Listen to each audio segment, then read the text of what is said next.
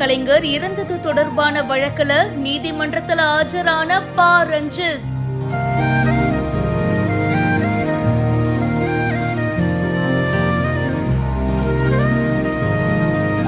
Director ப. ரஞ்சித்துடைய இயக்கத்துல வேட்டுவம் படத்துடைய ஷூட்டிங் நடந்துட்டு இருந்துச்சு. இதுல சில நாட்களுக்கு முன்னாடி ஸ்டண்ட் நடிகர் மோகன்ராஜ் அப்படின்றவரு இறந்து போயிட்டாரு.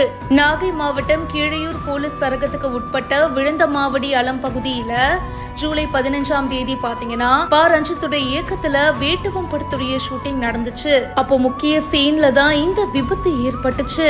இதுல போலீசார் 4 பேர் மீது 3 பிரிவுகளின் கீழே வழக்கு பதிவு செஞ்சாங்க.